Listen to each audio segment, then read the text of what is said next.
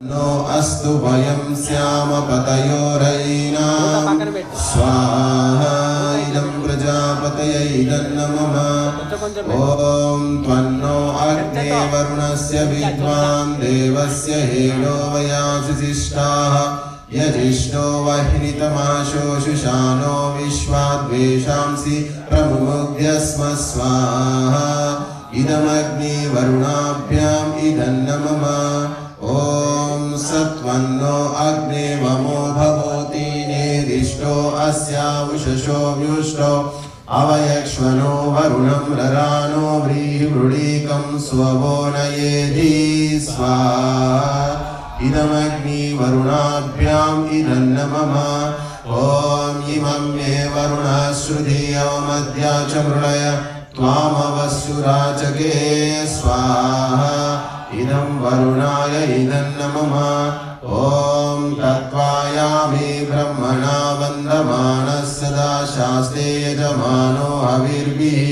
अहेळमानो वरुणे हवोद्युरुषं समानहायो प्रमोषि स्वाहा इदं वरुणाय इदन्नमः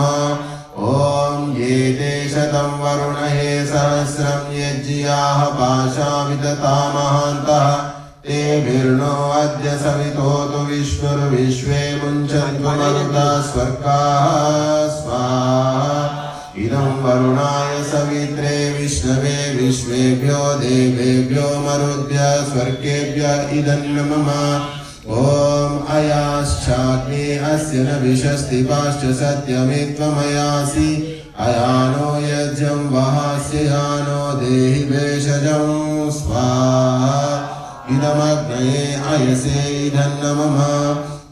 ॐ उदुत्तमं वरुणपाशमस्वधवाधमं विमध्यमं श्रद्धाय